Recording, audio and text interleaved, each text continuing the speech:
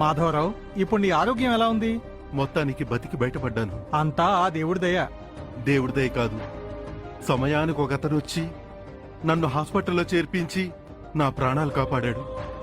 అతను కనుక ఆ సమయంలో నన్ను కాపాడకపోయింటే ఆ రోజు కారులోనే గుండెపోటుతో చనిపోయి ఉండేవాణ్ణి.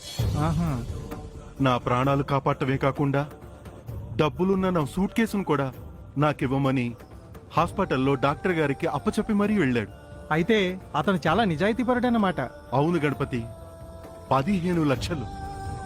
అవన్నీ రైతుల దగ్గర తీసుకున్న అడ్వాన్స్ డబ్బులు.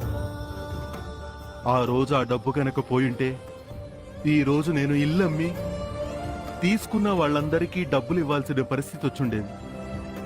అతను నా ప్రాణాలతో పాటు నా పరువును కూడా కాపాడాడు. ఎవరతను?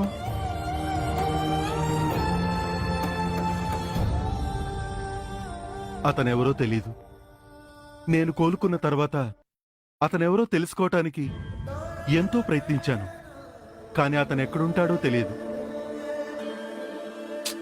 అతనికి కృతజ్ఞతలు చెప్పుకునే అవకాశం కూడా లేకుండా పోయింది. నిన్ను హాస్పిటల్లో చేర్పించిన అతని గురించి ఆ డాక్టర్ గారికి తెలిసి ఉంటుంది కదా.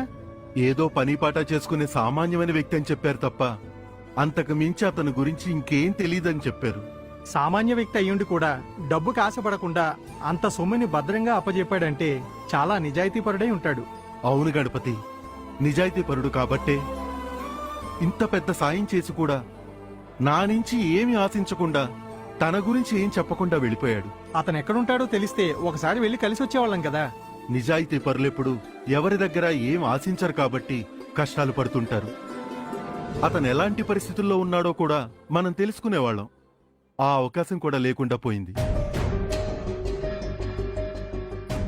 నేను ఆర్డర్లు తీసుకోవటానికి వెళ్తున్నాను, నువ్వు సరుకును గోడౌన్కు పంపించేసి. ఆ డ్రైవర్ 3 రోజుల నుంచి ఫోన్ ఎత్తడం లేదు. ఈ రోజైనా వస్తాడో రాడో తెలీదు.